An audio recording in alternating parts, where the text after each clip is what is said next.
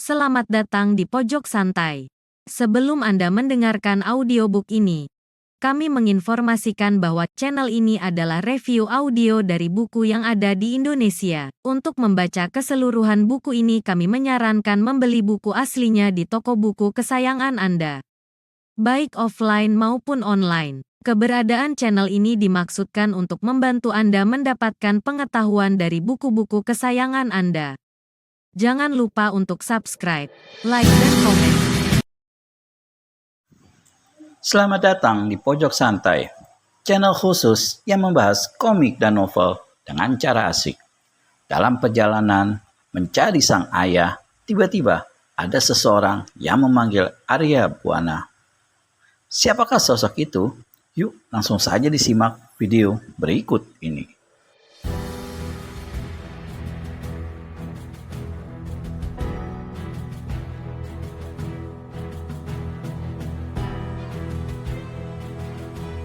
Kang Satria, bagaimana kabarmu? Tanya Arya gembira sehingga bersuara agak keras. Shh. Sepemilik suara yang ternyata adalah Satria itu menempelkan jari telunjuknya di bibir, mencegah Arya bicara keras-keras. Dilambaikan tangannya pada pemuda itu. Arya menoleh ke kanan dan ke kiri. Setelah dilihatnya, suasana sekitar situ sepi, bergegas dihampirinya Satria yang hanya berjarak 2 tombak darinya. Ada apa Kakang Satria? Tanya Arya dengan suara perlahan. Nanti saja ku ceritakan. Sekarang kau ikut aku saja, ajak Satria. Arya meragu sejenak. Wah, sayang sekali Kang. Kalau sekarang aku tidak bisa ikut, aku masih ada urusan. Wajah Satria mendadak murung. Aku tahu Arya, kau ingin menjumpai ayahmu kan?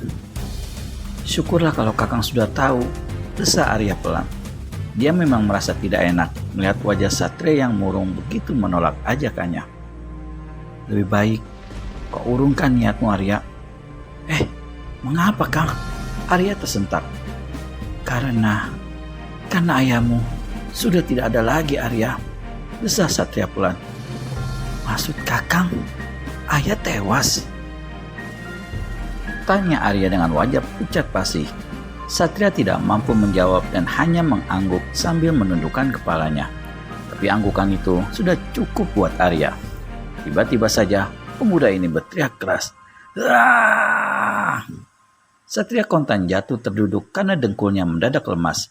Cepat dikerahkan tenaga dalamnya untuk mengusir pengaruh teriakan yang masih tersisa itu. Dengan mata terbelalak, tampaklah sebatang pohon besar tumbang. Daun-daunnya layu mengering. Pohon itu rubuh dengan diiringi suara bergemuruh. Begitu Arya mendorongkan kedua tangan ke depan. Ku bunuh kalian. Ku bunuh. Teriak pemuda berambut putih keperak-perakan itu keras. Sepasang matanya mencorong kehijauan. Satria memandang pemuda itu dengan hati berdebar. Apa yang dilihat benar-benar mengejutkan hatinya. Sebuah pertunjukan yang menggiriskan hati.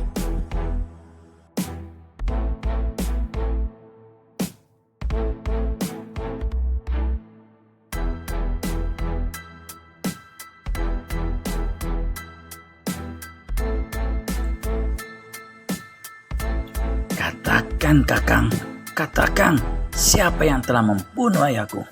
Tanya Arya dengan napas terengah-engah. Sabar Arya, tenangkan dulu pikiranmu. Aku tidak akan memberitahukan siapa pembunuh ayahmu jika kau masih diliputi amarah.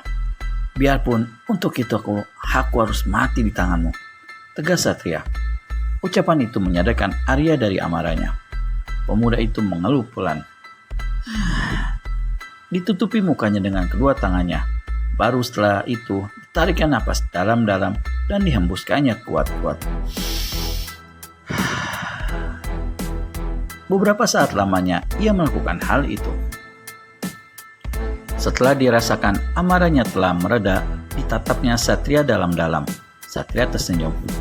Hebat kau Arya.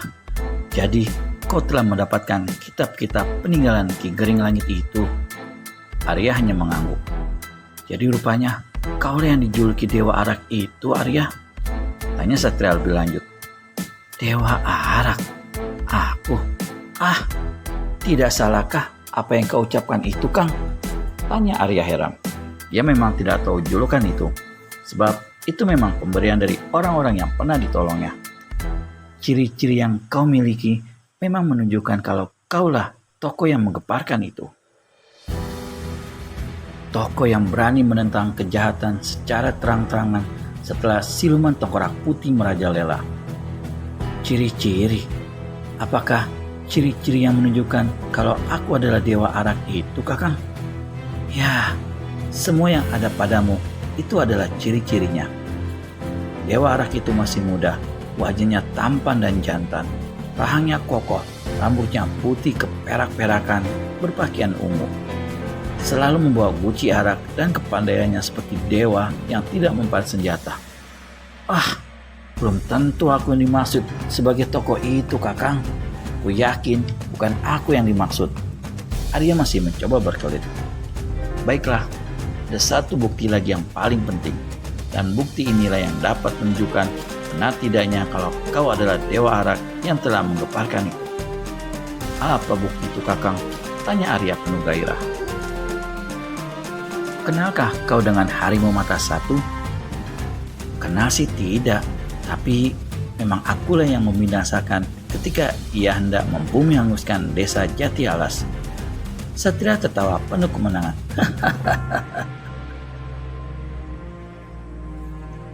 Kau tahu Arya, berita yang menyebar itu pun menyebutkan demikian. Harimau mata satu dan gerombolannya telah dihancurkan secara mudah oleh seorang pemuda yang bernama Arya Buana, dan ia berjuluk Dewa Arak. Jadi kau adalah Dewa Arak itu, tegas Satria. Arya termenung. Julukan yang aneh pikirnya, tapi kalau dipikir-pikir ada benarnya juga julukan itu. Sudahlah Kang, aku tidak mempedulikan hal itu. Terserah orang akan menjuluki apa. Yang kuinginkan sekarang adalah jawaban darimu, Kakang. Siapa sebenarnya orang yang membunuh ayahku? Hanya itu.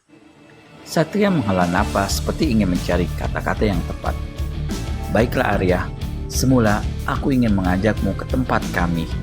Aku dan tokoh-tokoh pesilatan golongan putih diam-diam telah menyusun kekuatan. Di antara kami ada pula putri si Raja Pisau Terbang.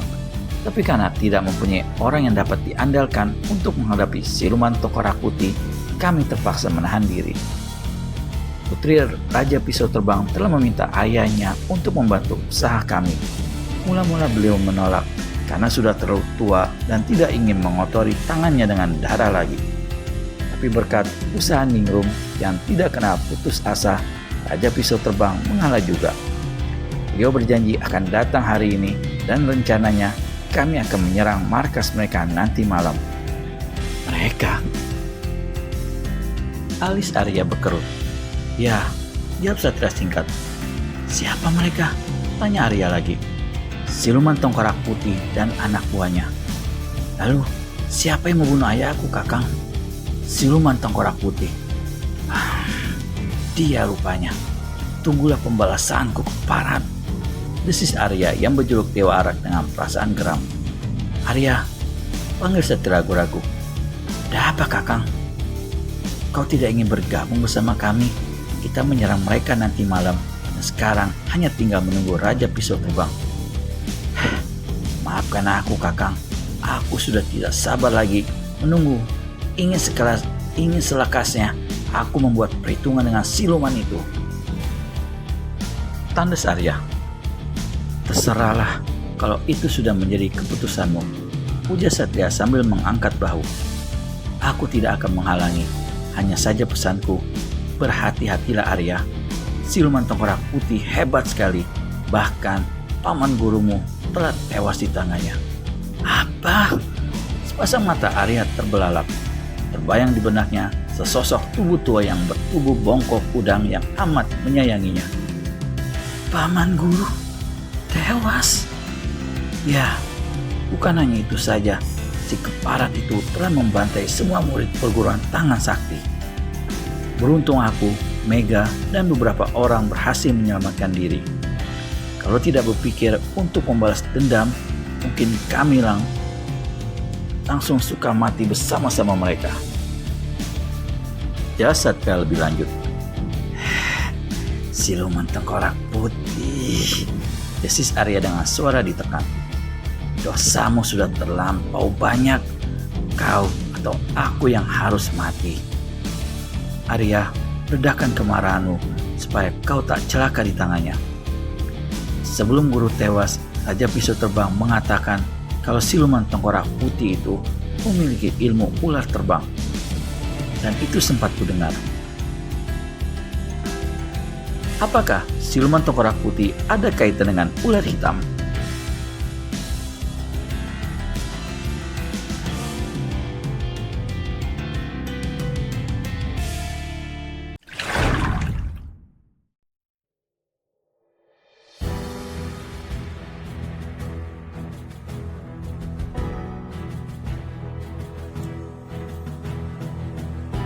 Arya, redakan kemarahanmu supaya kau tak celaka di tangannya.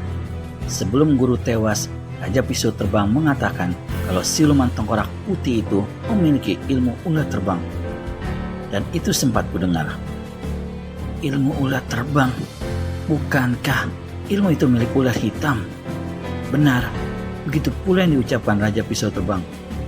Bumantara, pasti. Ya, siluman itu pasti Bumantara. Tak ada lagi orang yang memiliki ilmu ular terbang milik ular hitam kecuali dia. Bumantara, Satria mengerutkan alisnya. Bukan Arya, bukan Bumantara nama siluman itu. Aku ingat betul karena Raja Racun pencabut nyawa berkali-kali memanggil namanya. Dan bukan Bumantara nama yang dipanggil, tapi Gerda. Ya, Gerda. Beberapa saat lamanya Arya Buana termenung. Mana yang benar, Gerda atau Bumantara? Pusing memikirkannya. Apalagi ketika mendengar nama Raja Racun pencabut nyawa disebut-sebut. Ayahnya mengatakan kalau iblis itu adalah pamannya karena dia adalah kakak kandung ibunya. Tapi kini dia harus bertentangan dengan pamannya itu. Memang terpaksa. Bisakah ia bertarung dengan pamannya sendiri? Lalu di manakah markas mereka, Kang? Tanya Arya tak ingin memikirkan masalah itu. Di rumahmu yang dulu, saus Satria mengalah. Kalau begitu, aku pergi dulu, Kang. Setelah berkata demikian, tanpa menunggu jawaban, Satria tubuh Arya melesat. Sebentar saja yang terlihat hanyalah titik hitam yang akhirnya lenyap di kejauhan. Beberapa saat lamanya, Arya Buana memperhatikan keadaan rumah tempat tinggalnya dari atas cabang sebuah pohon. Tampak halaman depan bangunan besar itu sepi. Hanya ada beberapa orang yang nampak berjaga-jaga. Itu pun kelihatannya tidak sungguh-sungguh. Hari sudah hampir gelap. Desa Arya dengan perasaan tidak sabar. Matahari memang sudah condong ke barat. Bercak-bercak kemerahan nampak menyemburat di ujung barat sana. Pemuda berambut putih keperakan ini tidak sabar lagi. Cepat dia melompat turun dari pohon itu dan bergerak mendekati tembok. Hanya dengan sebuah hentakan ujung kaki yang ringan di tanah, tembok batu itu telah terlompati.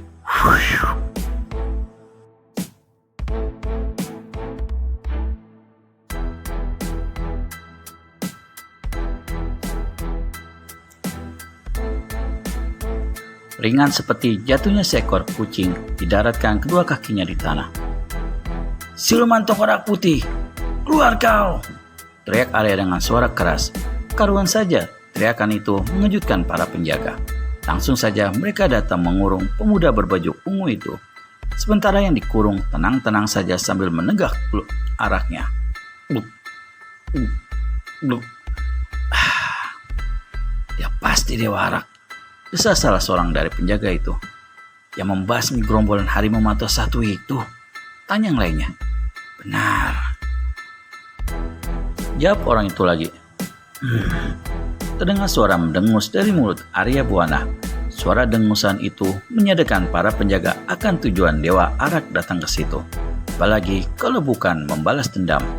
Bukankah Dewa Arak itu adalah Arya Buana, anak dari Tribuana alias pendekar Ruyung Maut?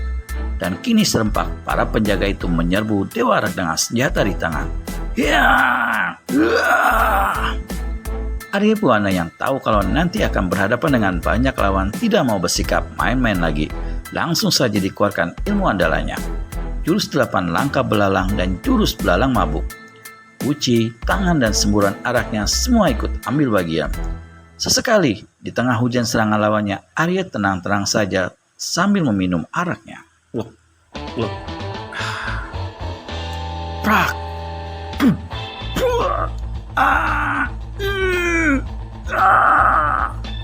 Dalam segebrakan saja, 3 orang penjaga kembali menjadi korban amukan Arya. Yang seorang tewas dengan kepala pecah terhantam uci arak. Seorang lagi pecah ubun-ubunnya terkena totokan jari pemuda berambut putih keparakan itu. Sedangkan yang lain lagi tewas dengan leher berlubang terkena semburan araknya. Jerit kematian saling susul. Kemana Arya bergerak, di situ pasti ada lawan yang tewas. Tak lama kemudian, habislah para pengkeroyoknya. Sebuah tawa yang pelan, berat, dan bergaung segera menyambutnya begitu lawannya yang terakhir rubuh. Arya cepat menoleh ke arah asal suara tawa itu. Di depannya, dalam jarak sekitar 3 tombak, berdiri 2 sosok tubuh.